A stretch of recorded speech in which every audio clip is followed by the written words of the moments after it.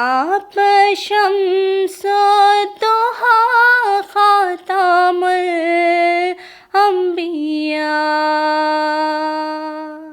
میرا نام سید عثمان علی ہے اور اس وقت ہم ملتان کی جامع مسجد چشتیہ میں موجود ہیں، جو کہ 1980 میں بنائی گئی تھی، جس کی تعمیر جو ہے وہ مسجد نبوی کو سامنے رکھتے ہوئے کی گئی۔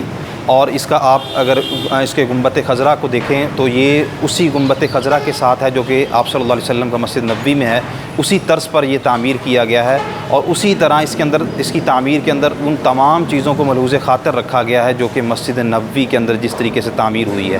اور زائرین دور دور سے یہاں پر آتے ہیں اور اس فن تعمیر کو دیکھنے کے لیے، اور 2000 کے قریب لوگ یہاں پہ نماز جو ہے بیک وقت ادا کر سکتے ہیں۔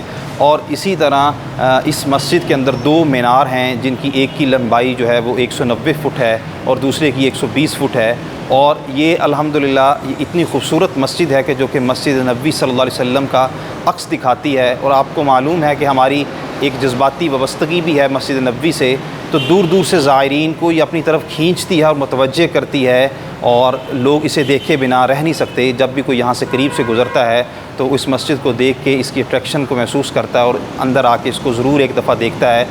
آپ ہے حق نگر، آپ ہے حق رسا۔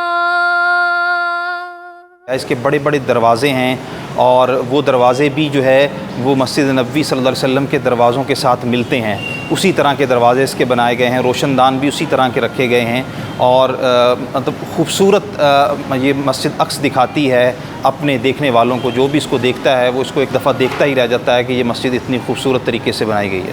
رہبر حق نما خاتم الانبیاء۔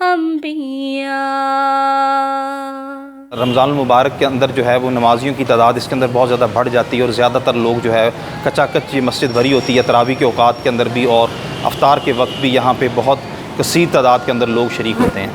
شاہد کبریاء خاتم الانبیاء۔